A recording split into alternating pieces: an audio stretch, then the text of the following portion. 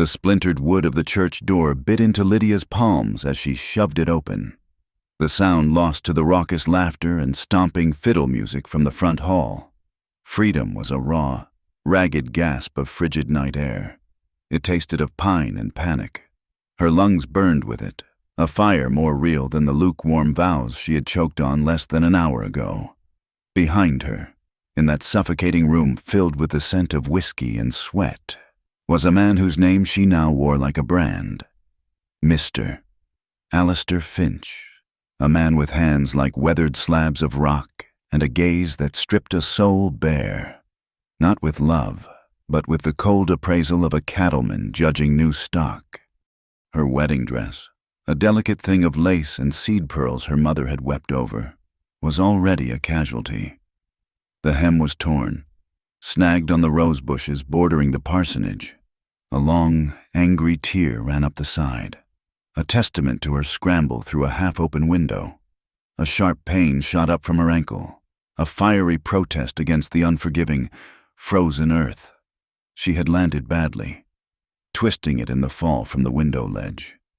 Blood, warm and slick, trickled from a gash on her forearm where a shard of glass had grazed her. She welcomed the pain. It was an anchor in the dizzying storm of her escape, a reminder that this was real, that she was truly running. A rough shout cut through the night. "She's out back! Get her!" The voice belonged to one of Finch's men, a ranch hand with cruel, small eyes. Terror, cold and sharp, pierced through Lydia's resolve. They were coming. She plunged into the thicket of trees behind the church, ignoring the branches that clawed at her face and tore at the fine lace of her veil. The delicate fabric caught on a low-hanging limb and ripped from her hair. A ghostly white flag of surrender she refused to wave. She kept running, fueled by the image of Finch's triumphant sneer as her father had shaken his hand.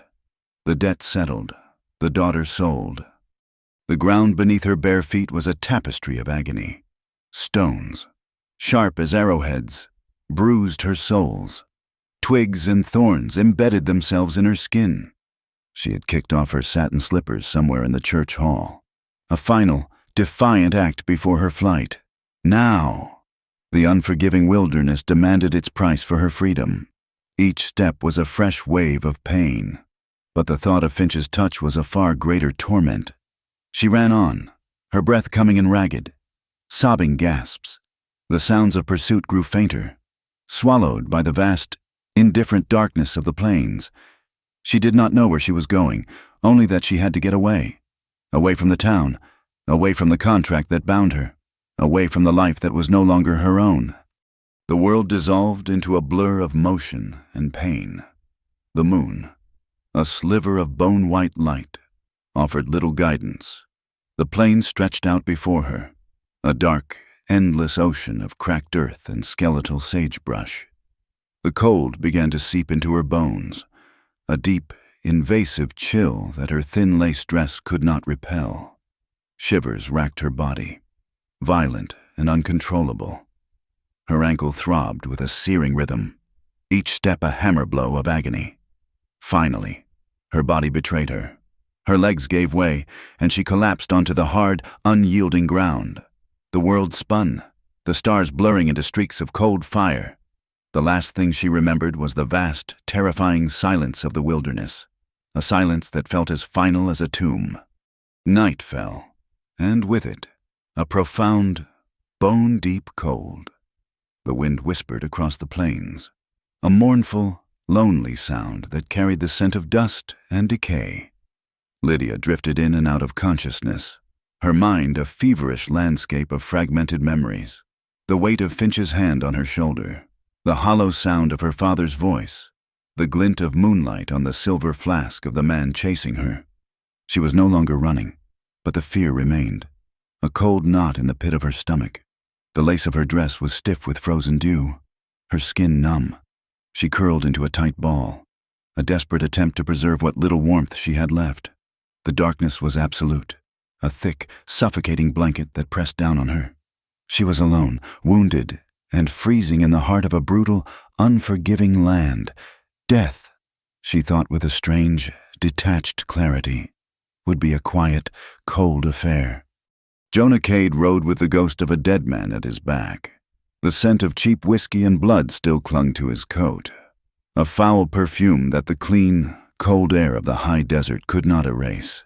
His knuckles were raw and split, the skin torn over the hard ridges of bone. He had washed his hands in the horse trough behind the saloon, scrubbing until his skin was raw, but he could still feel the phantom sensation of impact, the sickening crunch of bone against bone. The man's face, contorted in a mask of shock and rage, was seared into his memory. He had not wanted to kill him, but the man had been hurting a girl, one of the saloon girls who was hardly more than a child, and in that moment, something ancient and primal had taken over. He had done what no one else would, and now, justice, or what passed for it in this part of the country, would be riding after him. He urged his horse, a steady buckskin named Dust, onward. He needed to get back to his homestead, a remote cabin tucked away in the foothills, miles from any town or neighbor. It was his sanctuary, the one place where the ghosts of his past, the war, the losses, the violence, could be held at bay. He rode through the pre-dawn gloom, the sky slowly lightening from inky black to a bruised purple. The world was still and silent, save for the steady rhythm of Dust's hooves on the dry earth. It was Dust who saw her first. The horse shied, letting out a low snort, its ears swiveling towards the small water trough Jonah had built near a natural spring. Jonah's hand went instinctively to the Colt Peacemaker holstered at his hip. His eyes scanned the shadows, searching for a predator, a wolf, a mountain lion. Then he saw it, a pale heap crumpled on the ground near the trough. It looked like a bundle of discarded rags, but as he drew closer, he saw the unmistakable shape of a human form. He dismounted, his boots crunching on the gravelly soil. His heart pounded a slow, heavy rhythm in his chest. A woman. She was lying on her side, half submerged in the muddy overflow from the trough. She was wearing a white dress, or what was left of one. It was torn and filthy, stained with mud and what looked like dried blood. Her hair, the color of spun gold, was fanned out around her head, tangled with leaves and twigs. Her face was pale as alabaster, her lips tinged with blue. For a moment, he thought she was dead. He knelt beside her, his movements slow and cautious. He reached out a hesitant hand and pressed 2 fingers against the side of her neck. A faint, thready pulse fluttered against his fingertips. She was alive, barely. He gently turned her over, his breath catching in his throat. She was young, younger than he had first thought. Her face was bruised and scratched, her dress torn at the bodice. A long, ugly gash marred the delicate skin of her forearm. Her feet were bare, swollen, and caked with dried blood. A war raged within him. His first instinct was to ride away, to leave her to her fate. He had enough trouble of his own. Bringing her to his cabin would be an act of supreme foolishness. She could be a thief, a decoy for a band of outlaws. Or worse, she could be trouble of a different kind. The kind that brought the law and righteous men with ropes down on a man's head. He had blood on his hands from the night before. He did not need to invite more complications into his life. But then he looked at her face, at the vulnerability in the sweep of her eyelashes against her pale cheek, at the faint tremor of her blue-tinged lips. He saw not a threat, but a broken bird, its wings clipped, left to die in the wilderness. He had seen enough death in his life. He had caused his share of it. He could not, in good conscience, leave her here to perish. With a sigh that seemed to be pulled from the depths of his soul, he made his decision. He gently scooped her into his arms. She was lighter than he expected, a fragile weight against his chest. He carried her to his horse and, with some difficulty, managed to settle her in front of him on the saddle. She moaned softly, a faint, almost inaudible sound that twisted something in his gut. He wrapped one arm around her waist, holding her securely against him. and nudged dust into a slow, steady walk. The sun was just beginning to crest the horizon, painting the eastern sky in hues of rose and gold. As he rode towards his remote homestead, miles from town, Jonah Cade, a man with a haunted past and fresh blood on his hands, held a runaway bride in his arms, her secrets as silent and heavy as his own. Lydia awoke to the scent of wood smoke and the unfamiliar sensation of a rough wool blanket against her cheek. Confusion, thick and disorienting, clouded her mind. The last thing she remembered was the cold, the all-consuming cold, and the hard, unforgiving earth. Now, she was warm. She was inside. Her eyes fluttered open. She was in a small, sparsely furnished room. The walls were made of rough-hewn logs, the gaps chinked with mud. A stone fireplace dominated one wall, a low fire crackling merrily in its hearth. Sunlight streamed through a single, small window, illuminating the dust motes dancing in the air. She was lying on a narrow cot, covered with a heavy wool blanket. Her dress, the beautiful, ruined wedding dress, was gone. In its place, she wore a simple, oversized linen shirt that smelled faintly of soap and sunshine. Panic, cold and sharp, seized her. She sat up abruptly, a wave of dizziness washing over her. Her ankle, she realized, was tightly wrapped in a clean cloth bandage. She clutched the front of the shirt, her heart hammering against her ribs. Where was she? Who had brought her here? A figure moved in the shadows near the fireplace. A man. He was tall and broad-shouldered, his back to her as he stirred something in a pot hanging over the fire. He wore denim trousers and a dark woolen coat, the fabric stained with something that looked suspiciously like dried blood. "Who are you?" Her voice was a hoarse whisper, raw from disuse and the cold. The man turned slowly. His face was weathered, etched with lines that spoke of hardship and sorrow. A thick, dark beard covered his lower face, but his eyes, the color of a stormy sky, were clear and piercing. They held a weariness that seemed to run bone deep. He was not an old man, perhaps 30 or so, but he looked as if he had lived 1,000 lifetimes. War scars, faint white lines, traced a map of past violence across his cheek and forehead. He did not answer immediately. He simply watched her, his expression unreadable. Lydia's panic intensified. She scrambled backwards on the cot, pulling the blanket up to her chin like a shield. Her mind raced, conjuring images of brutal, lawless men who roam the wilderness, preying on the weak and the lost. She was at his mercy, alone and defenseless. "Easy now," he said, his voice a low, gravelly rumble. It was not unkind, but it held no warmth either. It was the voice of a man who spoke little and expected to be obeyed. He took a step towards her, and she flinched, a small, involuntary movement. He stopped, his gaze flickering over her, taking in her wide, terrified eyes, her white-knuckled grip on the blanket. A muscle twitched in his jaw. "I ain't gonna hurt you," he said, his voice softer this time. He ladled some of the stew from the pot into a wooden bowl and brought it to her. He set it down on a small, three-legged stool beside the cot. The aroma of rabbit and wild herbs filled the air, making Lydia's stomach clench with a hunger so fierce it was painful. She had not eaten in what felt like an eternity. "Eat," he said. It was not a request, but a quiet command. She stared at the bowl, then at him, his knuckles. She noticed were cut and bruised, the skin broken and scabbed over. He saw her looking and curled his hands into loose fists, tucking them into the pockets of his coat. He still had not told her about the blood on the sleeve. Despite her fear, her body's desperate need for sustenance won out. She reached for the bowl with a trembling hand. The stew was hot and savory, the meat tender, the broth rich with the flavor of wild onions. She ate ravenously, not caring that she was spilling broth on the blanket, that she was making small, animalistic sounds of pleasure.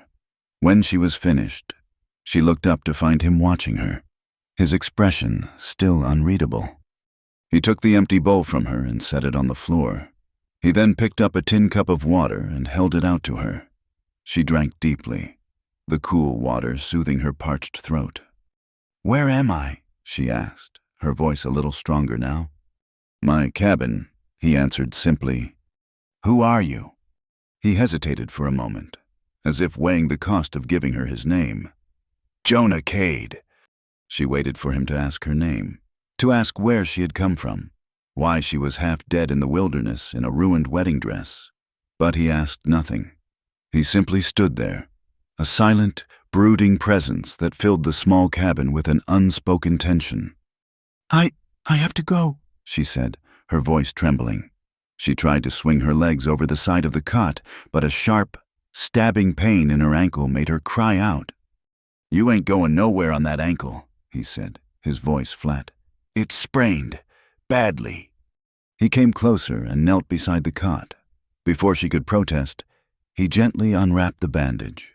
Her ankle was swollen and discolored, a painful-looking palette of purple and blue. His touch was surprisingly gentle as he examined the injury, his rough, calloused fingers probing the swollen flesh with a practiced skill. "It needs to be kept wrapped," he said, his voice low. He rewrapped the ankle with the clean cloth, his movements efficient and precise. When he was finished, he stood up and moved back to the fireplace, putting a physical distance between them once more. He did not look at her, his gaze fixed on the dancing flames. Lydia watched him, her mind a whirlwind of questions and fears. He had cared for her, fed her, tended to her wounds, but he was also a stranger, a man with a violent past etched on his face and blood on his coat. He was a paradox, a walking contradiction of gentleness and brutality. "Why did you help me?" she asked, the words barely a whisper. He was silent for a long time, so long that she thought he would not answer. When he finally spoke, his voice was so low she had to strain to hear it. "I don't know," he said, and she knew, with a chilling certainty, that he was telling the truth. As night fell, a heavy, awkward silence descended upon the small cabin. Jonah ate his own meal of stew, sitting on a low stool by the fire, his back to her. Lydia lay on the cot, the wool blanket pulled up to her chin, watching him. He moved with a quiet, deliberate grace, every action economical and purposeful. He was a man accustomed to solitude, a man who had built walls around himself as sturdy and impenetrable as the log walls of his cabin. When he had finished eating, he cleaned the pot and the bowls with a quiet efficiency. He then unrolled a bedroll on the floor on the opposite side of the room, as far from her cot as possible. He did not speak to her, did not even look at her. He simply lay down on the floor, his back to her, and pulled a thin blanket over himself. Lydia lay in the darkness, listening to the sound of his breathing, the crackle of the dying fire, the mournful cry of the wind outside. She was a prisoner, not of chains and bars, but of her own injuries and the vast, empty wilderness that surrounded the cabin. Her past was a nightmare she had barely escaped, her future a terrifying, unknown void. And in the present, there was only this silent, brooding man. A man who had saved her life, but whose secrets were as dark and deep as the night itself. Just as she was about to drift off into an uneasy sleep, she heard him move.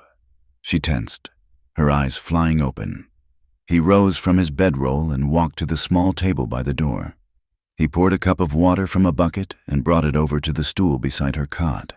He then took a clean cloth from a small wooden chest and placed it beside the cup. He did this, all in silence, his movements fluid and ghost-like in the dim firelight. He did not look at her, did not acknowledge her presence in any way. When he was finished, he returned to his bedroll and lay down once more. Lydia stared at the cup of water and the clean cloth, a lump forming in her throat. It was a small gesture, a simple act of consideration, but in the vast emptiness of her fear and despair, it felt like a lifeline. She did not know who this man was, what he had done, or what he was capable of. She only knew that he had shown her a sliver of kindness in a world that had offered her nothing but cruelty. Outside, the high, lonesome cry of a coyote split the night. Lydia pulled the blanket tighter around her, her gaze fixed on the broad, still form of the man sleeping across the room. She watched him warily, her mind a tangle of fear and a strange, unwelcome flicker of gratitude. Why were his knuckles cut? Why was there blood on his coat? And why, she wondered, did he avoid her eyes, as if he were afraid of what she might see in their stormy depths? The questions hung in the silent, fire-lit cabin, as unanswered and unsettling as the vast, dark wilderness that lay just beyond the door. And in the sky above, unseen in the darkness, vultures circled, patient and hungry, waiting for the desert to claim its own. The days bled into one another, measured not by a calendar but by the slow, arduous mending of Lydia's body. The sharp, screaming pain in her ankle subsided to a dull, persistent ache, a constant reminder of her flight. With strength came a restless energy, a desperate need to be useful, to earn her keep, to prove she was more than just a broken thing Jonah had dragged in from the plains. She tried to help, to impose a sense of order on the Spartan cabin that was her gilded cage. But her hands, accustomed to embroidery needles and the delicate stems of teacups, were clumsy and inept at the harsh realities of homestead life. She spilled a precious bucket of water, its contents vanishing into the thirsty dust before her eyes. She tried to sweep the floor, but the rough broom felt foreign and awkward in her grip, raising more dust than it collected. Jonah watched her struggles from a distance, his silence a heavy, unreadable cloak. He never offered a word of criticism, but his quiet observation made her feel all the more useless. Her entire life, she had been raised to be an ornament, a prize to be polished and displayed.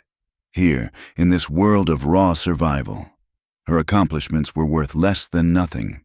The frustration brought tears to her eyes, hot and shameful, which she would quickly brush away before he could see. One morning, as he prepared to head out, he stopped at the door and turned to her. "Dust needs feeding," he said, his voice flat. It was the first time he had initiated a conversation that was not a simple command to eat or drink. She followed him out into the sharp, clean air of the morning. The sun was a pale lemon wash on the horizon, the vastness of the sky a breathtaking, intimidating canopy. Dust, his buckskin horse, stood patiently in a small, rough-hewn corral. The animal was beautiful, its coat the color of sun-cured wheat, its eyes large and intelligent. Jonah moved with a quiet confidence around the horse. His hands, which Lydia had only seen as bruised and formidable, were gentle as he stroked Dust's muzzle. "You approach him slow," Jonah instructed, his voice low and even. "Let him know you ain't a threat." He showed her how to measure out the oats, how to hold her hand flat so the horse's soft, whiskered lips could gently lift the grain from her palm. The sensation, warm and ticklish, startled a small laugh from her, the sound foreign and bright in the quiet morning. Jonah's eyes flickered towards her, a brief, unguarded moment of surprise in their stormy depths, before he looked away. He then led her to the spring, a short walk from the cabin. He showed her how to lower the bucket into the trough without disturbing the silt at the bottom, how to balance its weight as she carried it back. The full bucket was heavy, and her arms trembled with the effort, her still weak ankle protesting the uneven ground. She stumbled, and for a moment, she thought she would fall, but a strong hand shot out and steadied her elbow, holding her upright. His touch was brief, impersonal, but it sent a jolt of warmth through her that had nothing to do with the morning sun. "Thank you," she whispered, her voice breathless. He let go of her arm as if it had burned him and stepped back, his face once again an unreadable mask. "Don't thank me," he said, his voice a low growl. "Ain't done nothing kind." He turned and walked back to the cabin, leaving her standing there, the heavy bucket in her hand, his words echoing in the silence. They were a dismissal, a wall thrown up between them, a reminder that this was not charity, but a transaction of some unknown kind. Her resolve to be useful hardened. One afternoon, while Jonah was out checking his trap lines, she decided to give the cabin a thorough cleaning. It was in the process of scrubbing the rough plank floor that she found it. One of the boards near the hearth was loose. Curiosity, a dangerous and unwelcome emotion, gnawed at her. She worked her fingers into the gap and pried the board up. Underneath, nestled in the dark, cool earth, lay a small, leather-wrapped bundle. Her heart pounded against her ribs. It could be money, a stash of coins hidden from thieves. But as she unwrapped the oilcloth, her blood ran cold. It was not money. It was a knife. Not a skinning knife, like the one he used to dress rabbits, but a fighting knife, with a long, wicked-looking blade and a hilt of dark, worn bone. A dark, flaking, rust-colored stain marred the steel near the tip. It was blood, old blood, but blood nonetheless. She sat back on her heels, the knife heavy in her hand, the cold reality of it seeping into her skin. This was the source of the blood on his coat, the reason for the cuts on his knuckles. He was not just a solitary homesteader. He was a killer. The thought sent a fresh wave of terror through her, but this time it was mingled with something else, a cold, hard resolve. She had run from one monster. She would not be cowed by another. She needed to know the truth. When he returned at dusk, she was waiting for him. She stood in the center of the small room, the knife held loosely in her hand, the loose floorboard at her feet. The last rays of the setting sun slanted through the window, illuminating the blade in a wash of fiery red. He stopped dead in the doorway, his eyes locking on the knife. He did not look surprised, only weary, as if he had been expecting this moment all along. He slowly entered the cabin, closing the door behind him, and set a brace of rabbits down on the table. He did not speak, did not move towards her. He simply waited. "What is this?" she asked, her voice trembling but clear. He looked at the knife, then at her, his gaze unwavering. "You know what it is." "Is this why you had blood on your coat, on your hands?" He did not deny it. He simply nodded, a single, slow inclination of his head. He looked out the window, at the vast, empty horizon, as if seeing something only he could see. "You killed a man," she stated, the words tasting like ash in her mouth. He was silent for a long moment. "Yes," he said, his voice a low, rough whisper. She had expected a denial, a lie, an outburst of anger. But his simple, stark admission disarmed her. The fear that had been a tight, cold knot in her stomach began to loosen, replaced by a profound, unsettling curiosity. "Why?" she asked. He finally looked at her, his eyes filled with a pain so deep it seemed to pull all the light from the room. "He was hurtin' a girl," he said, his voice raspy with an emotion she could not name. "In town, one of the saloon girls. She weren't no older than you. He had her backed into an alley, and he was enjoying her fear." He swallowed hard, a muscle working in his jaw. "I told him to stop. He laughed, pulled a gun." Jonah's gaze dropped to his own bruised hands. "I did what no one else would." The raw, unvarnished truth of his words hung in the air between them. He had not killed for money, or for sport, but for a reason she could understand all too well. He had protected the helpless. He had delivered a brutal, final justice in a lawless land. He was a killer, yes, but perhaps he was not a monster. In that moment, a dam inside her broke. The secrets she had held so tightly, the shame and the fear she had carried with her on her desperate flight, came pouring out. My groom," she began, her voice cracking. "The man I was supposed to marry. He was twice my age, a widower with grown children older than me. He was a cruel man. I saw how he treated his livestock, his hired hands. I saw the fear in the eyes of his housekeeper." She looked down at her hands, twisting the fabric of the linen shirt she wore. My father, he had debts, gambling debts. He owed Mr. Finch a great deal of money. So he made a deal. He traded me. He traded his only daughter like she was a head of cattle to settle his account. The shame of it washed over her, hot and suffocating. On my wedding night, after the vows, Finch grabbed my arm. He told me he was looking forward to breaking me in, like a wild filly. The words were a bitter poison on her tongue. I couldn't do it. I couldn't let him own me. So I ran. When she finally looked up, Jonah was watching her, his expression no longer unreadable. For the first time, she saw something other than weariness and suspicion in his eyes.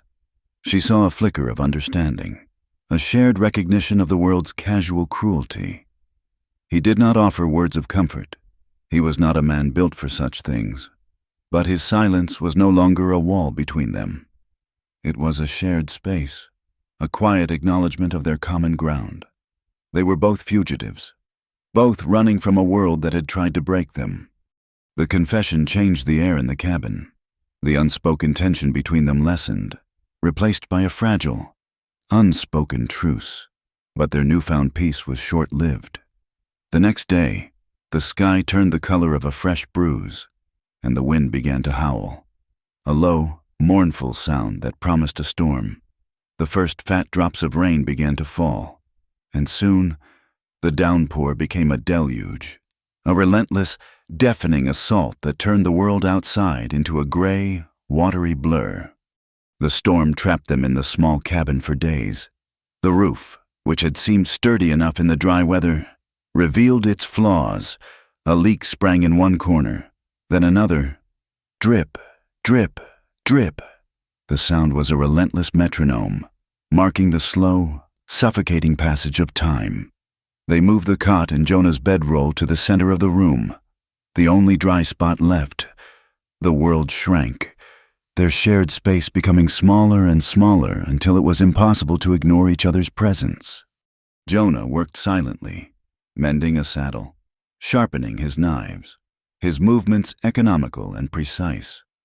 Lydia sat on the cot, stitching the tears in her wedding dress, a task she had been putting off.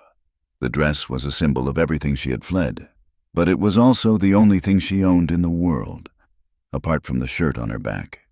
As the days wore on, the damp cold seeped into the cabin, a chill that even the fire in the hearth could not fully repel. They began to share a blanket at night, a practical necessity in the face of the encroaching cold.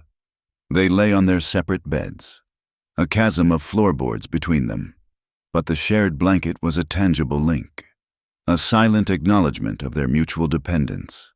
One evening, as Lydia was adding a log to the fire, she slipped on a patch of damp floor. She cried out, stumbling forward, and a bucket of water she had been carrying tipped over, drenching her from the waist down. The cold shock of the water stole her breath. Her wedding dress, the delicate lace and silk, was soaked through, clinging to her skin like a second, colder skin. She stood there, shivering, a profound sense of humiliation washing over her. The wet fabric was nearly transparent, outlining the curve of her hips, the shape of her legs. She felt exposed, vulnerable, her last layer of armor stripped away.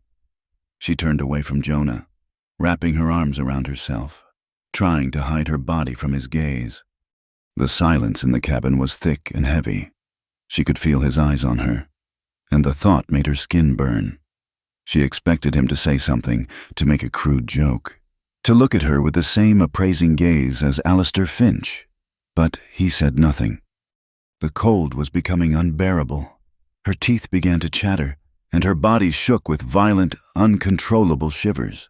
She knew she had to get out of the wet dress, but the thought of undressing in front of him was unthinkable. "You'll catch your death," he said, his voice a low rumble from across the room. The tears she had been holding back for days finally came. They slipped down her cheeks, hot and silent. The fear, the loneliness, the shame, the terrifying, fragile hope that had begun to sprout in her heart. It was all too much. I'm scared, she whispered, her voice so low it was almost lost in the sound of the rain drumming on the roof. He did not ask what she was scared of.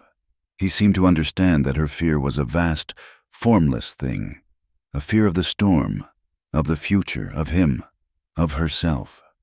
I know, he said softly. A sob broke from her lips, a ragged, painful sound. I'm scared to feel you, she whispered, the words a raw, honest confession. It was not just his physical presence she feared, but the feeling he stirred in her, the dangerous, unwelcome flicker of connection, of need. She heard him move, his boots soft on the damp floorboards. He stopped behind her, so close she could feel the heat radiating from his body. She tensed, her heart hammering against her ribs. Let me help you, he said, his voice a low, gentle rumble near her ear. He reached around her, his hands hovering for a moment before they settled on the long row of tiny, pearl buttons that ran down the back of her dress. He was trembling. His fingers, usually so steady and sure, were clumsy as they fumbled with the first button. She could feel the rough calluses on his fingertips, the warmth of his skin against hers. Slowly, deliberately, he began to undo the laces of her bodice. His hands were stained with the faint, faded memory of old blood, a stark reminder of the violence he was capable of. But his touch was reverent, almost hesitant, as if he were handling something precious and infinitely fragile. He undid the laces one by one, the wet fabric falling away, until the dress pooled at her feet on the floor. She stood before him in her thin chemise, shivering from the cold and from a new, terrifying vulnerability. He took the heavy wool blanket from the cot and wrapped it around her shoulders, his arms encircling her for a brief, chaste moment. He did not make love to her. He did not even kiss her. He simply held the blanket around her, his breath warm on the top of her head, until her shivers began to subside. That night, he moved his bedroll next to her cot. They lay in the darkness, side by side, close enough to touch.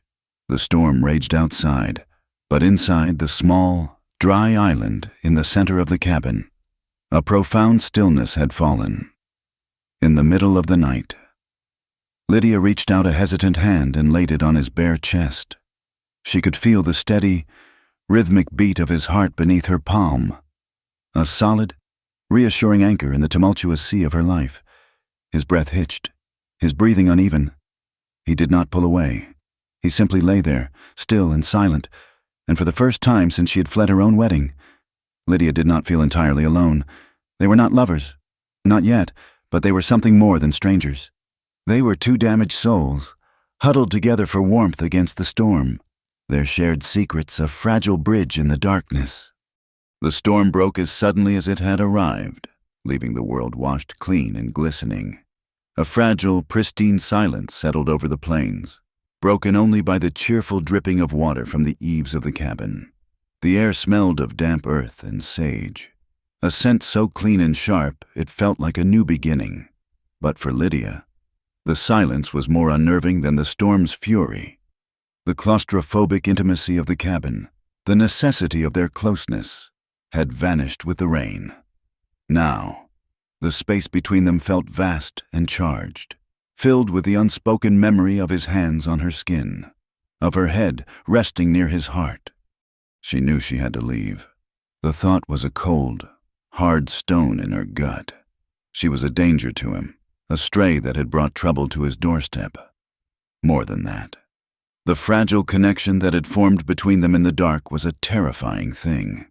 It felt like a tether, and she had spent her life trying to sever the tethers that others had tried to place on her. I should go, she said that morning, her voice small in the quiet room. She stood by the open door, looking out at the steam rising from the damp earth, not daring to look at him. The storm is over. I am well enough to travel. Jonah was cleaning his rifle, his movements slow and deliberate. He did not look up from his work. Go where? He asked, his voice flat. The question hung in the air, a simple, brutal assessment of her reality. She had nowhere to go, She was a runaway bride with a price on her head, a woman alone in a land that was not kind to women alone. The freedom she had so desperately sought was just another kind of cage, a vast, open prison of wilderness and want. "I do not know," she admitted, her voice barely a whisper. "But I cannot stay here. I cannot be a burden to you any longer." He finally looked up, his gray eyes pinning her in place.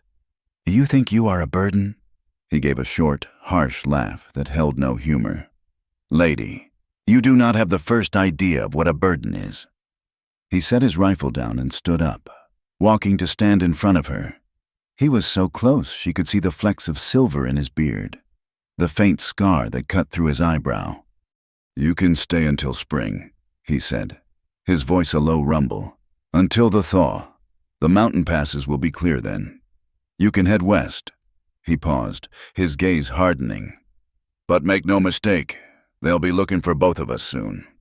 His words were not a comfort, but a cold, hard fact. He was not offering her a home, but a foxhole, a temporary reprieve before the hunt began anew. But it was more than anyone else had offered her. She nodded, unable to speak. A lump of gratitude and fear lodged in her throat. A few days later, Jonah returned from his trap lines with a stack of cured beaver and fox pelts. They needed supplies, flour, salt, coffee, and the town, a place Lydia had sworn she would never go near again, was the only place to get them. "I will go," she said, her voice firmer than she felt. "They are looking for a girl in a wedding dress, not someone else." He looked at her, his eyes narrowed in assessment. He seemed to weigh the risk, the calculation clear on his face. He was a wanted man. His face, his presence, was a danger. She, at least, had the advantage of being unknown, a ghost. He went to a large wooden chest in the corner of the room and pulled out a bundle of clothes. They were women's clothes, simple and dark, a black wool dress, high-necked and severe, a heavy shawl, and a bonnet with a thick veil. They were the clothes of a widow. He did not say where they had come from, and she did not ask. The story of their previous owner was a ghost she did not wish to disturb. She changed behind a blanket he held up for her, the rough wool of the dress scratching against her skin. When she emerged, she felt like a different person. The bright, hopeful girl she had once been was gone, replaced by this somber, veiled figure. She looked in the small, cracked piece of mirror Jonah kept on a shelf, and a stranger looked back. "It will have to do," he said, his voice gruff. He handed her a small deerskin pouch with a few coins in it. "Just get what we need. Do not talk to anyone more than you have to, and keep that veil down." The ride into town on Jonah's spare horse was nerve-wracking. Every rider they passed on the trail made her heart leap into her throat. The town was a small, dusty collection of false-fronted buildings huddled along a muddy main street. It was bigger and louder than she had expected. Wagons rumbled past, their wheels churning the mud. The clang of a blacksmith's hammer echoed from a nearby smithy. Men in dusty hats and spurs lounged on the boardwalks, their gazes lingering on her as she passed. She kept her head down, her hands clenched tightly on the reins, the veil a flimsy shield against their curiosity. She tied the horse in front of the general store and took a deep, steadying breath before pushing the door open. A small bell chimed overhead. The store smelled of coffee beans, leather, and chewing tobacco. A portly, balding man with a friendly face stood behind the counter. "Mornin', ma'am," he said, his eyes crinkling at the corners. "What can I do for you on this fine day?" "Good morning," she replied, her voice muffled by the veil. "I need some flour, salt, and coffee, please, and some ammunition for a Colt." The shopkeeper nodded, his friendly demeanor not wavering. "Certainly, ma'am. Just in from the east, are you? Do not recognize you." "My husband and I have a small homestead in the hills." She lied, the words feeling clumsy and foreign on her tongue. "We keep to ourselves mostly." As the shopkeeper gathered her supplies, Two men entered the store, their spurs jingling on the floorboards. They stomped the mud from their boots and made their way to the pot-bellied stove in the corner. "Cold one comin'," one of them said, rubbing his hands together. "Heard Sheriff Miller is hiring extra deputies." "Not surprised," the other one replied, his voice a low drawl. "Not after what happened at the saloon. And now with old man Finch putting up a reward for that runaway bride of his. $500. They say, for her safe return. The whole county is going to be out looking for her." Lydia's blood ran cold. $500. It was a fortune, enough to make any man a hunter. "Finch is madder than a wet hen." The first man chuckled. "Not only did his bride disappear, but that drifter, Cade, killed one of his best ranch hands that same night. They are printing up wanted posters for both of them. Murder for the man, and a hefty reward for the woman." Wanted posters. The word slammed into Lydia with the force of a physical blow. Her face, her name, would be plastered in every town, every saloon, every sheriff's office from here to the territories. There was no escape. She forced herself to remain calm, to keep her breathing even. She paid the shopkeeper, her hands trembling slightly as she counted out the coins. She gathered her supplies and turned to leave, her only thought to get back to the relative safety of the cabin. As she reached the door, one of the men by the stove looked up. He was a lean, hard-faced man with a squint, his features vaguely familiar. He had the look of a man who had spent too many years under a harsh sun. His eyes narrowed as he looked at her. She felt a prickle of unease, a cold dread that had nothing to do with the conversation she had just overheard. She pushed the door open and stepped out into the street, her heart hammering against her ribs. She fumbled with the ties on the saddlebags, her fingers suddenly clumsy and useless. "Ma'am," the voice came from behind her. It was the man from the store. She froze, her back to him. "I know you," he asked, his voice a curious drawl. She shook her head, not turning around. "I do not think so, sir," she said, her voice tight. "It is your eyes," he said, taking a step closer. "I never forget a pair of eyes. I used to work for Alistair Finch. I saw you on the day of the wedding. You are her, ain't you? You are Lydia." Panic, pure and absolute, seized her. She did not answer. She ripped the reins from the hitching post, scrambled into the saddle, and kicked the horse into a gallop, heedless of the shouts of surprise from the men on the boardwalk. She did not look back.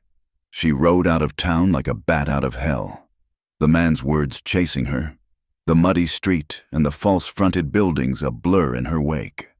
She rode hard, the wind whipping at her veil, the bag of supplies bouncing against the horse's flank. She did not slow down until the town was a distant speck on the horizon. When she finally reached the cabin, she slid from the horse, her legs shaking so badly she could barely stand. Jonah was outside, chopping wood. He looked up as she approached, his expression hardening as he took in her wild-eyed, panicked state. "What happened?" he demanded, setting the axe down. "They know," she gasped, the words tumbling out in a torrent. "They are printing wanted posters. For you, for murder. And for me, Mister. Finch has offered a reward. $500. She took a ragged breath. "And a man in the town. He recognized me. He was one of Finch's ranch hands. He recognized my eyes." The weight of her failure crashed down on her. She had not only failed to be discreet, she had led the danger right to their doorstep. "I am so sorry," she whispered, tears streaming down her face. "I have put you in so much danger." Jonah listened to her confession without a word, his face a mask of grim resignation. He looked out at the vast, empty plains, his gaze distant and haunted. He did not look angry. He did not look surprised. He just looked tired, a bone-deep weariness that seemed to settle into the lines on his face. "They'll come," he said, his voice a flat, emotionless statement of fact. "They always do." That night, Lydia could not sleep. Jonah's fatalism, his quiet acceptance of the inevitable, terrified her more than any outburst of anger would have. He was resigned to his fate, to a life of running and hiding, a life that would likely end at the end of a rope.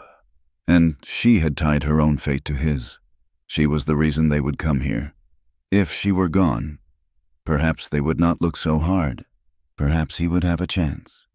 The decision solidified in her mind, a cold, hard certainty. She had to leave, not for herself, but for him. She waited until his breathing deepened into the slow, steady rhythm of sleep.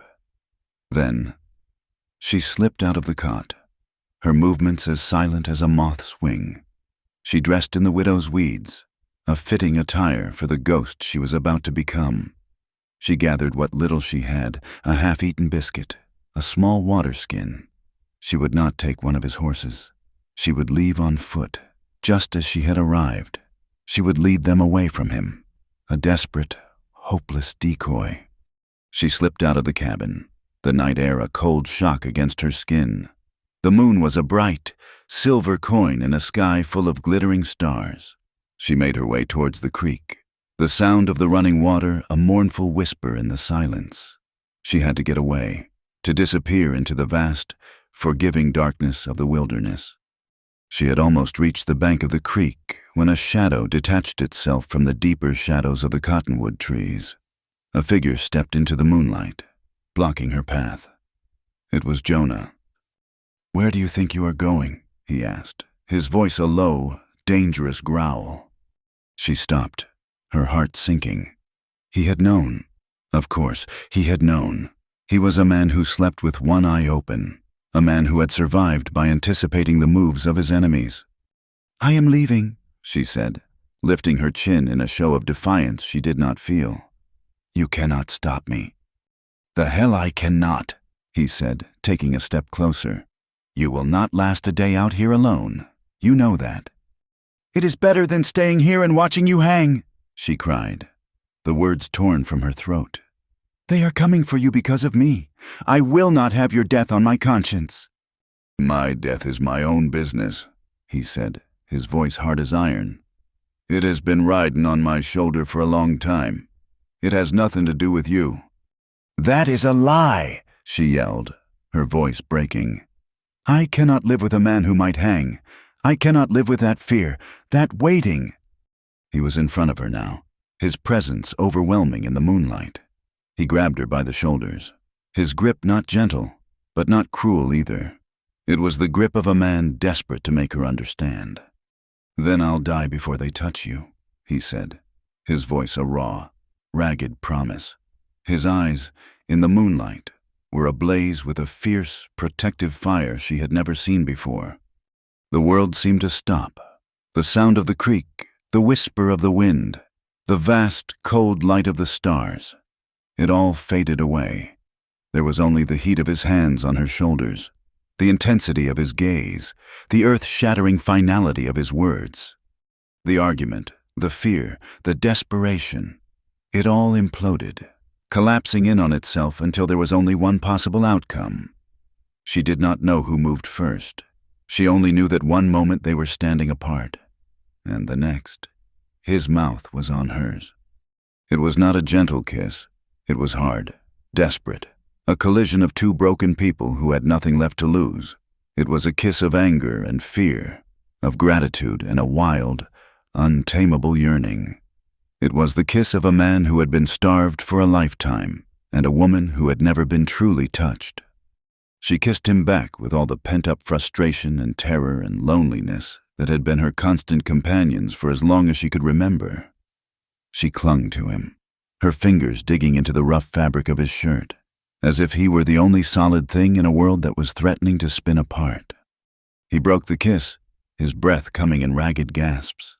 He looked down at her, his face a mask of raw, unguarded emotion in the moonlight. And in that moment, she gave in. She gave in to the fear, to the desire, to the terrifying, undeniable fact that she did not want to leave him. She wanted to stay, to fight, to live or die by his side. He lowered her to the ground, onto a soft bed of dirt and fallen leaves by the bank of the creek. His hands went to the buttons of her dress, and this time there was no hesitation. He undressed her with a reverence that bordered on worship, his calloused hands tracing the lines of her body as if he were memorizing them. They made love under the vast, indifferent gaze of the stars, their bodies moving together in a rhythm that was as old as the earth itself. It was not gentle or tender. It was a raw, desperate claiming, a frantic, half-mad act of two people clinging to life in the face of death. It was a declaration of defiance, a rage against the dying of the light. Afterward, they lay tangled together in the cool night air, their bodies slick with sweat, the scent of crushed leaves and damp earth clinging to their skin. The silence that fell between them was not awkward or empty. It was a silence of profound, shattering intimacy. Lydia lay with her head on his chest, listening to the slow, steady beat of his heart. She thought of Alistair Finch, of his cold, appraising gaze, of his desire to own her, to break her. She thought of her father, who had sold her like a piece of property. Then she looked up at the man beside her, the fugitive, the killer, the man who had promised to die for her. "You are the only man," she whispered, her voice thick with unshed tears, "who has never owned me." The world felt different in the morning. The harsh edges of the moonlight had softened into the gentle gold of dawn, and the desperation of the night had settled into a quiet, profound stillness. They returned to the cabin as the sun was cresting the horizon, their clothes damp with dew, their bodies aching with a sweet soreness. They did not speak of what had happened by the creek. They did not need to. The knowledge of it was a current that flowed between them, silent and deep, changing the very air they breathed. The cabin was no longer a prison or a sanctuary, but a home, however temporary, however fragile. Jonah did not return to his bedroll on the floor. He did not have to. Lydia made a space for him on the narrow cot, and from that night on, they shared it, their bodies finding a natural rhythm in the small space, a comfort in the simple, profound act of sleeping beside another human being. The next day, the change in Jonah was palpable. The weary resignation that had clung to him like a shroud was gone, replaced by a sharp, focused energy. He was no longer waiting for the end to come to him. He was preparing to outrun it. He pulled out maps, old, creased parchments that he spread across the small table. They were maps of the West, of vast, uncharted territories, of deserts and mountains and impassable rivers. "We are going to California," he said, his voice devoid of its usual flatness. It held a new, steely resolve. He traced a line on the map with his finger, a long, arduous journey that crossed deserts and climbed over formidable mountain ranges. "It is a long ride, a hard ride, but if we can make it past the desert before the first snows, we can disappear. Start over." California. The word itself was a myth, a land of sunshine and gold, a place where the past could be shed like a snake's skin. Lydia looked at the thin, spidery line on the map, at the vast, empty spaces that represented a wilderness more brutal and unforgiving than anything she had ever known. A knot of fear tightened in her stomach. "What if we get caught?" she asked, her voice a small, hesitant whisper. Jonah looked up from the map, his gray eyes meeting hers. There was no false hope in his gaze, no easy reassurances. There was only a grim, unwavering determination. "Then we keep running," he said. And so began their preparations. The days that followed were a blur of constant, purposeful activity. A fragile, domestic peace settled over the small cabin, a peace made all the more precious by the knowledge that it was fleeting. They worked from sunup to sundown, their lives intertwined in 1,000 small, practical ways. Jonah taught her how to skin the rabbits he brought back from his trap lines, his large, rough hands guiding her smaller, more hesitant ones. She learned the clean, efficient motions, the grim necessity of turning a living creature into sustenance. They dried the meat into jerky, thin, tough strips that would last them for weeks on the trail. They stitched torn saddlebags, their heads bent together over the worn leather, their fingers occasionally brushing in a way that sent a jolt of awareness through both of them. In these quiet moments of shared work, Lydia began to see the man behind the brooding silence. She saw the patience in the way he taught her, the quiet pride in his eyes when she mastered a new skill. He spoke little of his past, but she pieced together fragments of his life from the scars on his body, from the haunted look that sometimes entered his eyes when he thought she was not looking. He had been a soldier, she suspected, a man who had seen too much of the world's ugliness. He had sought solitude, but the world's violence had found him anyway. Each morning, before the sun had even begun to hint at its arrival, he took her out into the pre-dawn gloom and taught her to shoot. He placed the heavy Colt Peacemaker in her hand, its weight unfamiliar and menacing. "You need to know how to use this," he said, his voice a low, serious rumble. "I will not always be there to protect you." He showed her how to stand, how to aim, how to squeeze the trigger without flinching.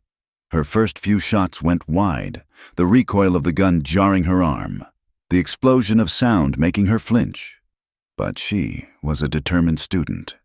She listened to his quiet instructions, mimicked his steady stance, and slowly, her aim improved. The day she hit the tin can he had set up on a fence post, a rare, small smile touched his lips, a fleeting expression that made her heart ache with a strange, unfamiliar emotion. He also taught her to ride, not like the lady she had been raised to be, but like a fugitive. He taught her to ride fast and silent, to use the terrain to her advantage, to become one with the horse. They would race across the plains in the early morning light, the wind whipping at their hair, the thunder of the horse's hooves the only sound in the vast, empty world.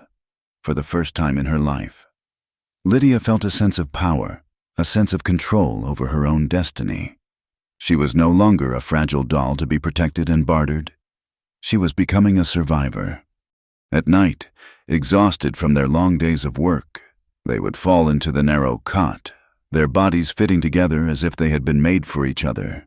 They held each other tightly, not in passion, but in a desperate, silent need for comfort, for reassurance, for the simple, profound warmth of another human body in the vast, lonely darkness. One night, as they lay listening to the lonely cry of a distant wolf, Lydia whispered the truth that had been sitting in her heart for days. "I was never afraid of you," she said, her voice a soft murmur against his chest. "Just afraid of needing you." He did not answer, but his arm tightened around her, pulling her closer, a silent acknowledgement of the truth that bound them together. They were two solitary, self-reliant souls who had been forced, by circumstance and a cruel world, to lean on each other, and in that leaning, they had found something more terrifying and more precious than solitude. They had found a connection. The fragile peace of their preparations was shattered one afternoon by the sight of a rider approaching in the distance. He was a lone figure on a dark horse, a relentless, slow-moving speck against the vast, empty horizon. Jonah saw him first. He stiffened, his body going rigid, his eyes narrowing to slits. "Get in the root cellar," he said, his voice low and urgent. "Now, do not make a sound until I come for you." Lydia's heart leaped into her throat. She did not argue. She scrambled down the short ladder into the small, dark space beneath the cabin floor, the air cool and musty, smelling of earth and potatoes. Jonah pulled the heavy wooden door shut over her, plunging her into an almost total darkness. She could hear the muffled sound of his boots on the floorboards above her, then the creak of the cabin door opening. She sat in the darkness, her knees pulled up to her chest, her ears straining to hear. The silence stretched on for an eternity. Then she heard the sound of voices, a low, indistinct murmur. One was Jonah's, his familiar, gravelly rumble. The other was a stranger's, a voice that carried the easy, confident authority of the law. The root cellar was suffocating, the darkness pressing in on her. She felt like a trapped animal, her heart pounding a frantic, panicked rhythm against her ribs. She could only wait. her imagination conjuring 1,000 terrible scenarios, a shootout, Jonah's capture, the brutal, final end of their desperate dream of escape. After what felt like a lifetime, she heard the sound of a horse riding away. The silence returned, heavier and more menacing than before. She waited, her body tense, every muscle coiled and ready to spring. Finally, she heard the scrape of the cellar door being pulled open. A sliver of light pierced the darkness, and Jonah's face appeared in the opening. "He is gone," he said, his voice flat. He helped her out of the cellar, his hands strong and steady on her arms. She looked at him, her eyes wide with 1,000 unspoken questions. His face was pale beneath his beard, his expression grim. "It was the sheriff," he said, his voice a low, hard whisper. "Sheriff Miller. He has been tracking me since the fight. He found the prints from my horse, followed a trail of blood from a cut on my arm I did not even know I had." He ran a hand through his hair, a gesture of profound weariness. "He suspects. He does not have proof, not yet, but he knows. He said he would be back. He said it was a final warning." A cold, hard dread settled in Lydia's stomach. The noose was tightening. The world was closing in on them. They were no longer just running from a vague, distant threat. They were being hunted. "We have to leave," she said, her voice urgent. "Tonight, now, before he comes back." Jonah shook his head, his gaze distant. "Not yet," he said, his voice a low, dangerous growl. "There is something I have to finish first." "Finish what?" she demanded, her voice rising in panic. "Jonah, there is nothing left to finish. We have to run." "The man I killed," he said, his voice hard as stone, "was named Jedediah Strong. His brother, Silas, is the one who owns half the county. He is the one who bought the sheriff, the one who is pushing this so hard. He is cut from the same cloth as his brother. He is the reason Jedediah felt he could do whatever he wanted with no consequences." Jonah's hands curled into fists at his sides. "As long as Silas Strong is sitting in his big ranch house, feeling safe and powerful, he will never stop looking for me. He will send bounty hunters, hired guns, every man he can buy. We will never be free of him." "So what are you going to do?" she whispered, a terrible premonition dawning in her mind. He looked at her, and his eyes were the color of a winter storm, cold and unforgiving. "I am going to draw their attention," he said. "I am going to give them something else to look at, something to make them think twice about chasing a ghost into the wilderness." He would not tell her his plan, but she saw the grim determination in his face, the dangerous, reckless light in his eyes. That night, she begged him not to go. She clung to him, her tears soaking the front of his shirt, her voice a desperate, pleading whisper. "Do not leave me," she begged. "Please, Jonah, let's just go, now. We can ride all night." He held her, his arms a circle of warmth and strength around her, but his resolve was unshakable. "I will be back before dawn," he promised, his voice a low, gentle rumble against her hair. "And when I get back, we ride west, and we do not look back." He kissed her then, a long, deep kiss that was both a promise and a farewell. Then he slipped out of the cabin, a silent shadow in the darkness, and was gone.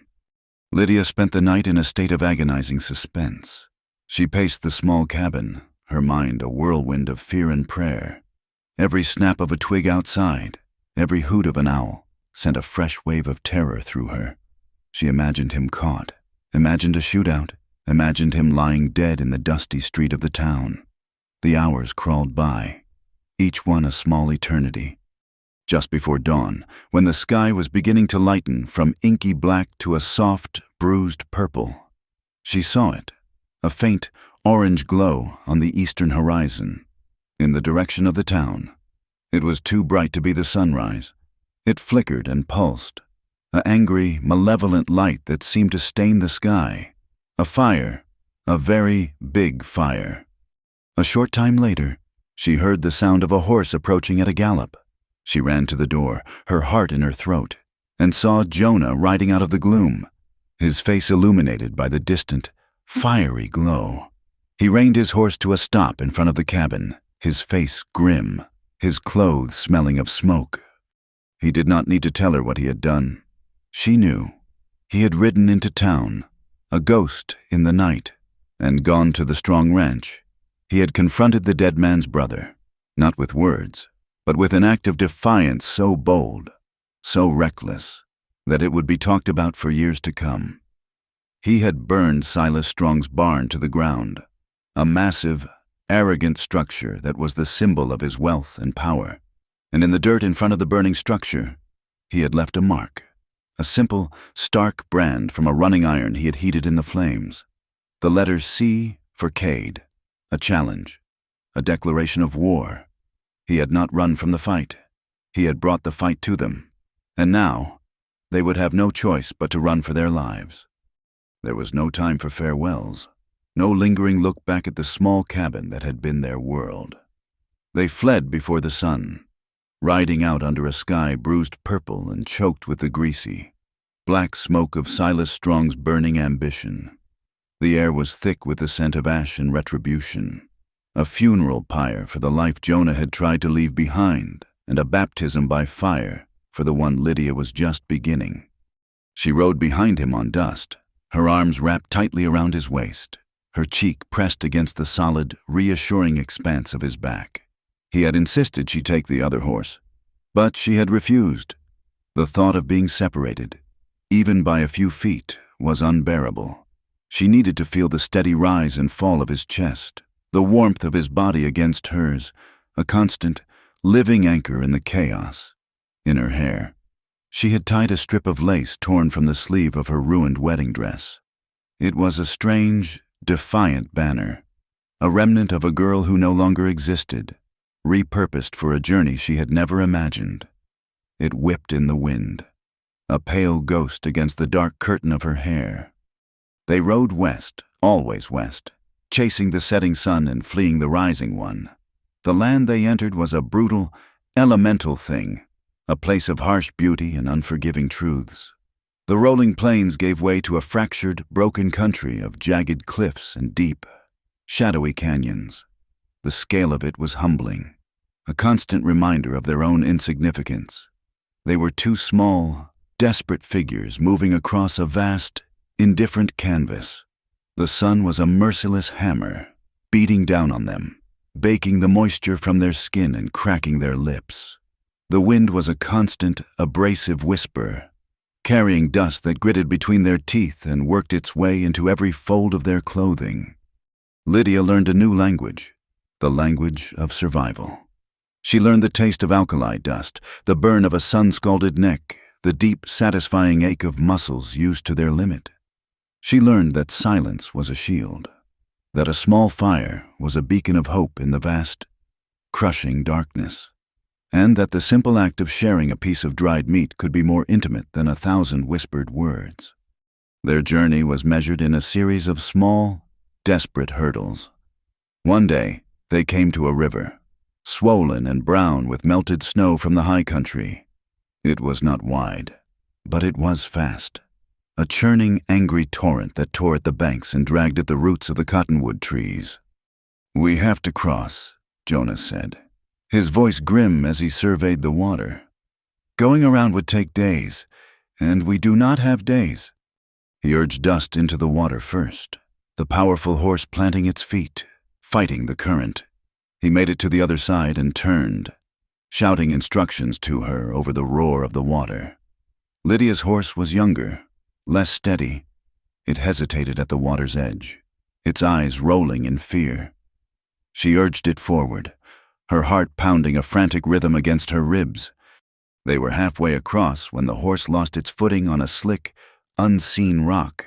It panicked, scrambling for purchase, and then it went down, throwing Lydia from the saddle into the icy, churning water.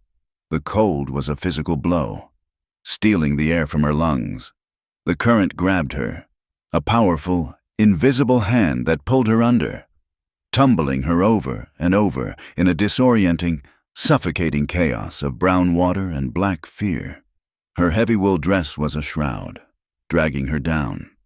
She fought, her arms and legs flailing, her lungs screaming for air. She broke the surface for a moment, gasping, and saw Jonah's face, a mask of raw, primal terror, as he plunged his own horse back into the river. Then the water claimed her again. Just as the blackness began to close in, a hand, strong as an iron band, seized the collar of her dress and hauled her upwards. He dragged her to the bank, his breath coming in ragged, tearing gasps.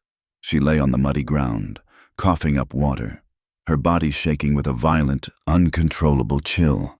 He knelt over her, his hands on her face, his eyes wild with a fear so profound it stripped away his carefully constructed walls of silence and stoicism.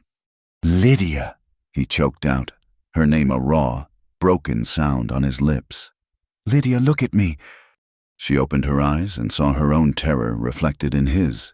In that moment, she understood the depth of his feeling for her, a truth more powerful and more frightening than the river that had nearly claimed her.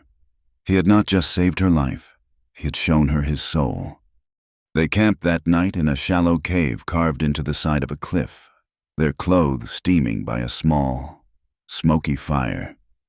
He held her all night, his body a furnace against her shivering one. And she knew, with a certainty that settled deep in her bones, that she would rather die with this man than live 1,000 safe, empty years without him. The days turned into a week, then 2. Their clothes became tattered, their bodies sunburnt and bruised.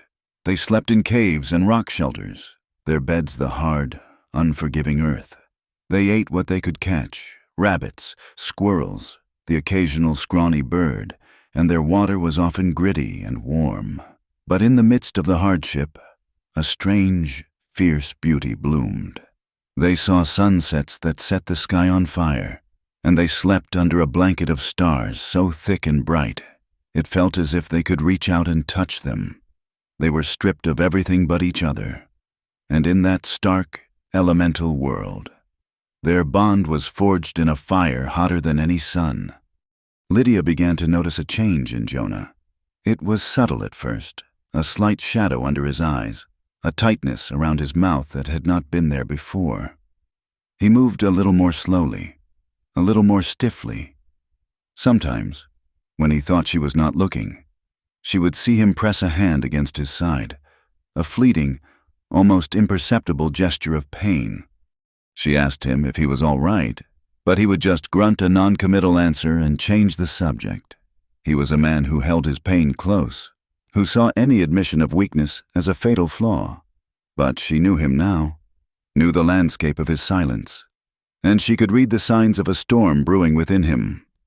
They were riding through a high, arid plateau, the sun a white-hot glare in a bleached-out sky, when he finally collapsed. One moment he was riding tall and straight in the saddle, and the next, he was swaying, his body going slack. He slumped forward, his face pale as death, and slid from the horse, landing in a heap in the dust. Jonah! Lydia's scream was a thin, reedy sound in the vast, silent landscape. She scrambled from her horse and ran to his side. He was unconscious, his breathing shallow, his skin clammy and cold despite the blistering heat. A dark, ugly stain was spreading across the side of his shirt, a stain she had not seen before. With trembling hands, she unbuttoned his shirt. The sight that greeted her made her gasp. A long, ragged wound marred the skin over his ribs. It was an old wound. She could tell by the scarred, puckered skin around it. But it had been reopened. The edges were inflamed and angry-looking, and it was bleeding sluggishly. A slow, steady seep of life onto the dusty ground. It must have been from the fight in the saloon, or perhaps a much older fight. A wound from the war he never spoke of. He had been bleeding, slowly and secretly, for days, perhaps weeks, hiding his injury from her. His pride a more formidable enemy than any bounty hunter. Tears of fear and fury streamed down her face, fear for his life and fury at his stubborn, foolish pride. He had been carrying this pain, this weakness, in silence. while she had been leaning on him, depending on his strength. She dragged him into the shade of a small, rocky outcrop and did the only thing she could think to do. She tore a strip from her petticoat and pressed it against the wound, trying to staunch the bleeding. She poured a little of their precious water onto another cloth and bathed his face, whispering his name over and over again, a desperate, frantic prayer. He did not wake up. His skin grew colder, his breathing more shallow. She knew, with a terrible, chilling certainty, that if she did not do something more, he would die. The wound needed to be closed. She rummaged through their saddlebags and found what she was looking for, a small leather pouch containing a sewing kit for mending leather. In it was a large, curved needle and a spool of thick, waxed thread. She sterilized the needle in the flame of a match, her hand shaking so badly she could barely hold it steady. She looked at his pale, still face, at the lines of pain etched around his mouth even in unconsciousness, and she cried. The task before her was monstrous, a violation she could barely comprehend. But the thought of losing him, of being left alone in this vast, empty world, was a far greater horror. She took a deep breath, her tears dripping onto the back of her dusty hand. She threaded the needle, her fingers clumsy and slick with sweat, and then, with a prayer on her lips and a sob caught in her throat, she began to sew his skin together.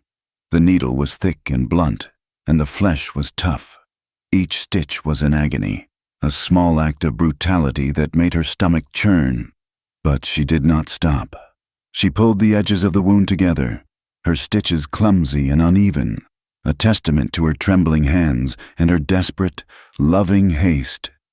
When she was finished, she bandaged the wound with the last clean strips of her petticoat and sat back, her body trembling with exhaustion and relief.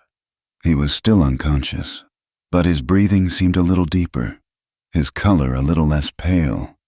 She sat beside him as the sun began to set, holding his hand, her tears falling silently onto the dusty ground. Night fell, and with it, a profound, chilling cold. She built a small fire, its flickering light a fragile bastion against the encroaching darkness. She huddled beside Jonah, her body a shield against the cold, her ears straining at every small sound in the vast, silent darkness. It was the crack of a twig that alerted her. It was a small sound, but it was out of place, a sharp, deliberate sound in the natural, whispering silence of the night. She froze, her heart leaping into her throat. A figure emerged from the darkness, a tall, gaunt man with a long coat and a rifle held loosely in the crook of his arm. He moved with the quiet, predatory grace of a wolf, a bounty hunter. His eyes, small and bright like a rat's, flickered from Jonah's unconscious form to the gun belt lying on the ground beside him. A slow, cruel smile spread across his thin lips. "Well, well," he said, his voice a low, gravelly rasp. "Looks like my luck has finally turned. $500 for the woman, and a tidy sum for the man, dead or alive. Looks like it will be dead." He raised his rifle, taking aim at Jonah's still form. Time seemed to slow down, to stretch and warp. Lydia's mind went blank. There was no thought, no fear, only a pure, primal instinct. She lunged for Jonah's gun belt, her fingers closing around the cold, heavy steel of the Colt.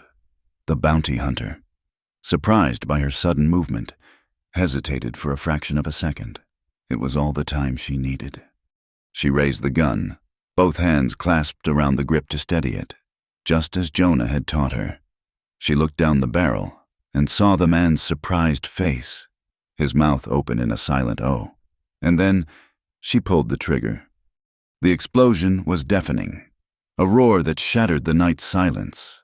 The recoil slammed her arm back, and the gun fell from her numb fingers.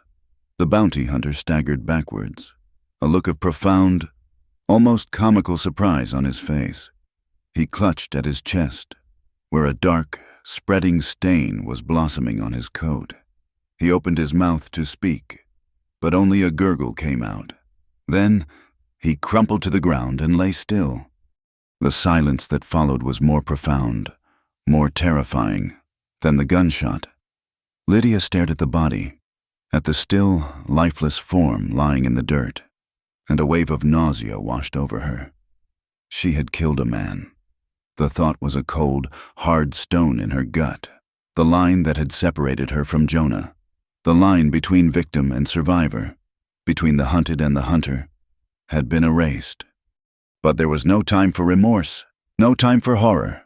She looked at Jonah, at his pale, still face, and a fierce, protective love, stronger than any fear, surged through her. He had saved her, pulled her from a life that was a living death. Now, it was her turn. She scrambled to her feet and went to him, her movements frantic and clumsy. "Jonah," she whispered, her voice a ragged, broken thing. "Jonah, you have to wake up. We have to go." She gathered their things, her hands shaking, her mind a blur of adrenaline and fear. She could not leave him here. She could not leave him to the wolves, or to the next bounty hunter who would surely follow. She grabbed him under the arms and began to drag him. He was a dead weight, his body heavy and limp. She strained, her muscles screaming in protest, her feet slipping in the loose dirt. She did not know where she was going, only that she had to get away from the body, from the place where she had taken a human life. She dragged him through the darkness, her breath coming in ragged, sobbing gasps, the stars a cold, indifferent audience to her desperate struggle. "You saved me," she whispered to his unconscious form. The words a mantra, a prayer, a promise. "Let me save you now." She saw it in the distance, a dark, angular shape against the moonlit sky. An old, abandoned mining shack, its roof caved in, its walls leaning at a precarious angle. It was not much, but it was shelter. With the last of her strength, she dragged him inside, out of the wind, out of sight. A cold wind began to blow, a mournful, keening sound that rattled the loose boards of the shack. She huddled over him, her body a fragile shield against the encroaching cold. His bandage had come loose. She looked at the blood, at the crude, ugly stitches, and then at her own tattered, filthy dress, the wedding dress, the last symbol of the girl she had been. Without a moment's hesitation, she began to tear it into strips. The sound of the ripping fabric was a final, mournful farewell to her old life. She used the strips of lace and silk, the remnants of a forgotten dream, to bind his wounds, to hold him together, to keep him in the world of the living. And as the wind howled outside, she held him close and waited for the dawn. The winter in the high country was a long, slow siege. The abandoned mining shack was a poor fortress, its thin walls no match for the biting wind that howled down from the snow-covered peaks. For weeks, that felt like years. Lydia's world shrank to the size of that small, dilapidated room. Her life measured in the shallow breaths of a wounded man. She became a creature of instinct and necessity. She hunted, her skills with the Colt born of desperation, bringing back small game that she cooked into thin, nourishing broths. She kept the fire alive, a constant, flickering battle against the encroaching cold. And she tended to Jonah, her devotion a silent, unwavering vigil. He was lost to her for a long time, drifting in a feverish, haunted sleep. He would cry out in the night, his body rigid, his hands clenched as if fighting an unseen enemy. He spoke names she did not know, of battles she could not imagine. In those moments, she would bathe his face with snowmelt, her touch gentle, her voice a low, soothing murmur. She would hold his hand, her living warmth a tether to the world he seemed to be slipping away from. She cleaned and dressed his wound. The crude stitches she had made a testament to her desperation, her love a raw, untutored thing. She watched him, day and night, her own exhaustion a dull, constant ache behind her eyes. She saw the life drain from him until he was a gaunt, hollowed-out version of the man he had been, his skin stretched tight over his bones, his beard a dark, tangled thicket on his pale face. and in the long, silent hours, she prayed to a God she was no longer sure she believed in, praying not for her own salvation, but for his. Slowly, agonizingly, the fever broke. One morning, she awoke to find him watching her, his eyes clear for the first time in weeks. They were sunken in his face, but they were his eyes, the color of a stormy sky, and they were filled with a profound, weary gratitude. He did not speak, but he lifted a weak hand and touched her face, his calloused fingers tracing the line of her cheek, and in that simple, silent gesture, 1,000 unspoken words were exchanged. His recovery was a slow, arduous journey. He was a man unaccustomed to weakness, and the enforced idleness chafed at his spirit. He would try to stand, his legs trembling beneath him, and she would be there to steady him, her small frame a surprising well of strength. He would watch her, his gaze following her as she moved about the small shack, a look of wonder and a deep, unsettling vulnerability in his eyes. He had been the protector, the strong one. Now, their roles were reversed, and in this new fragile dynamic, the last of their walls crumbled into dust. Then came the thaw. It began not as a flood, but as a whisper.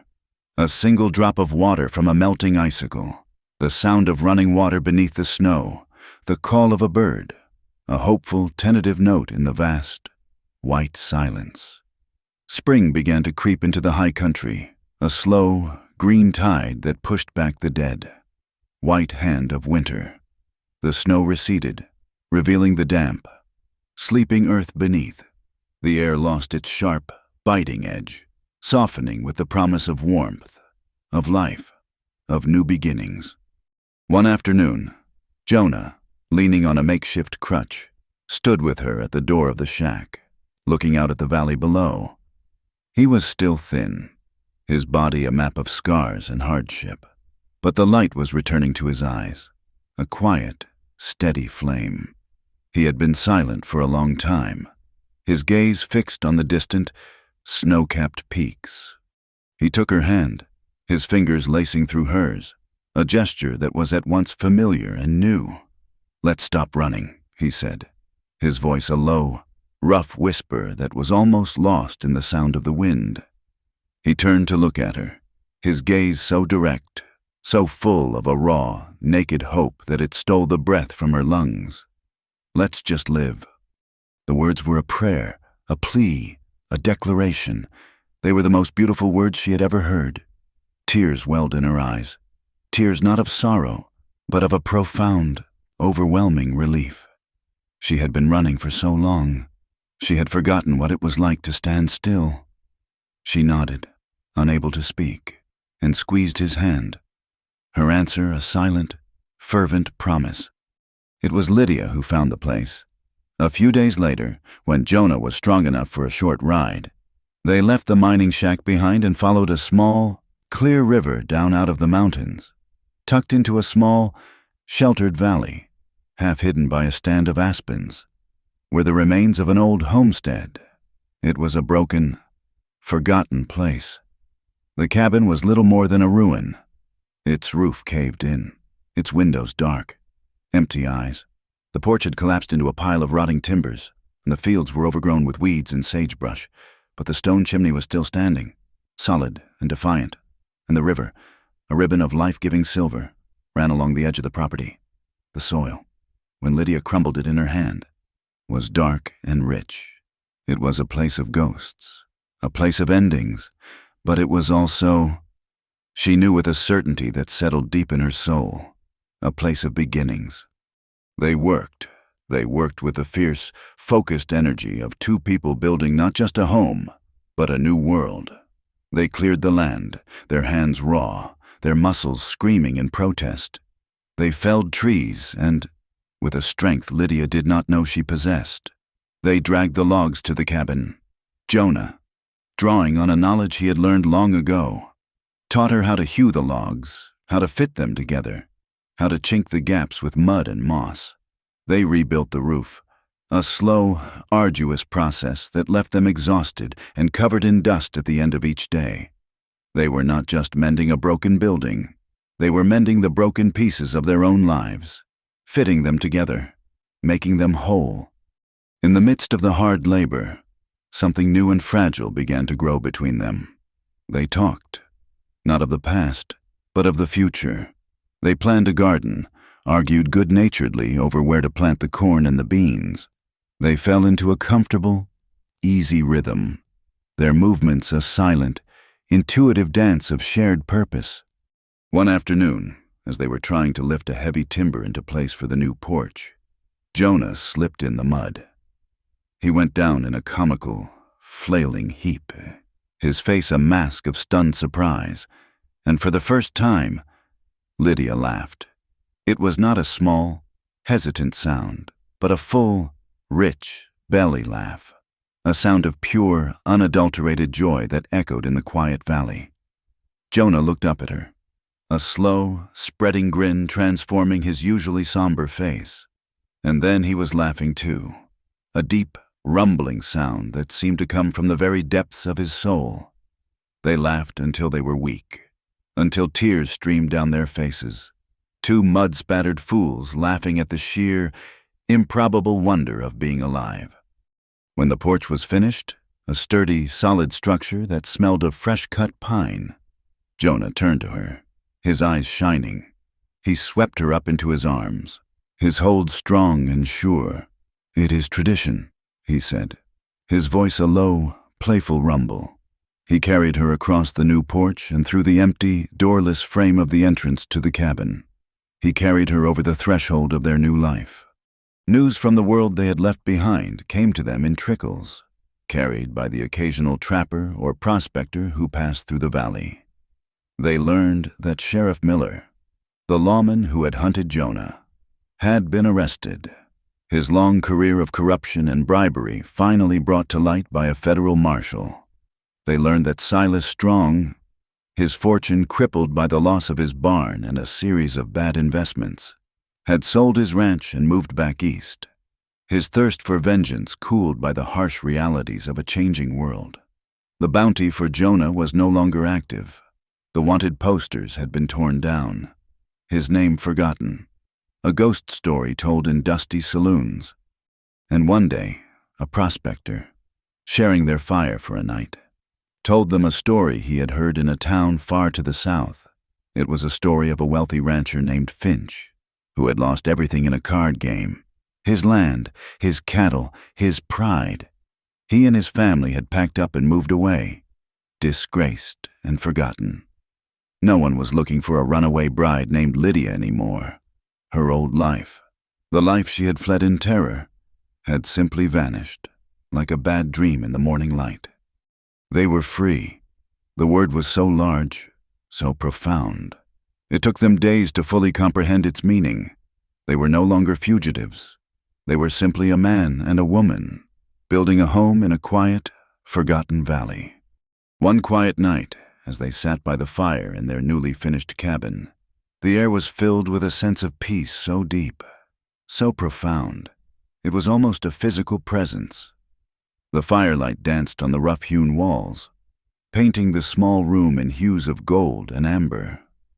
Jonah, who had been staring into the flames, his face thoughtful and serene, stood up and went to the peg where his old, worn coat was hanging.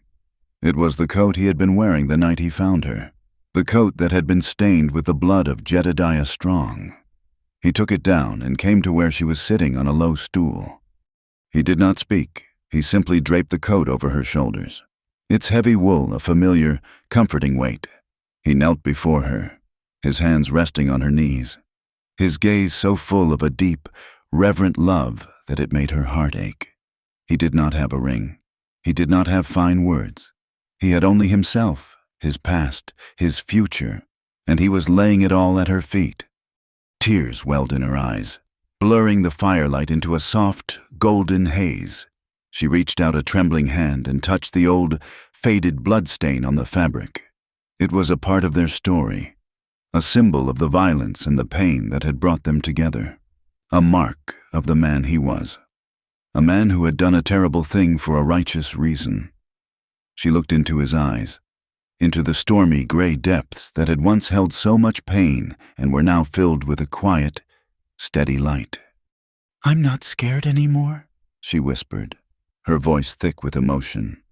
He closed his eyes, a shudder running through him, as if a great weight had been lifted from his soul. When he opened them again, he leaned forward and kissed her, a kiss of profound tenderness, a kiss of gratitude, a kiss that sealed a silent, unspoken vow. That night, they made love in the cabin they had rebuilt with their own hands. It was not the frantic, desperate coupling of their first time by the creek. It was a slow, reverent exploration, a grateful rediscovery of bodies that had been scarred and broken and were now, finally, beginning to heal. It was an act of love so deep, so profound, it felt like a prayer. Outside, the land remained wild and dangerous. The call of the wolf still echoed in the canyons, and the shadow of the hawk still passed over the valley. The world had not changed. But inside the small, sturdy cabin, they were safe. They were not perfect. They were two damaged, broken people who had found a way to piece each other back together. But they were home, and they were together. Thank you for listening to our story. We would love for you to comment where you are listening from to connect with others. Subscribe to the From Wild West channel, and share your thoughts in English.